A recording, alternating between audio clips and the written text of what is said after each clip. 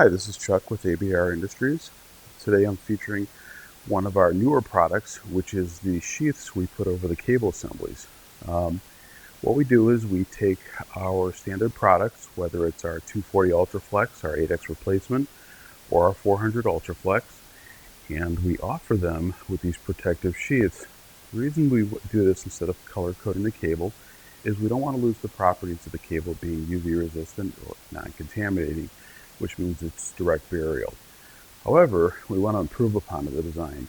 So what we are offering here today is a product that has a coating that's highly visible. You can see here the orange and yellow products.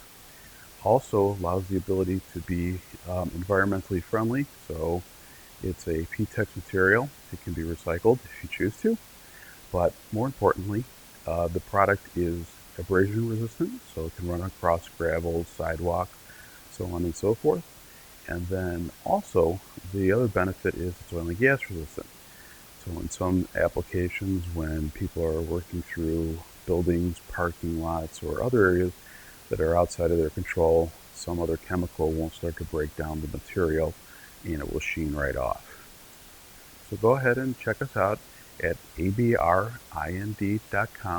or you can give us a call at 713-492-2722. Thank you.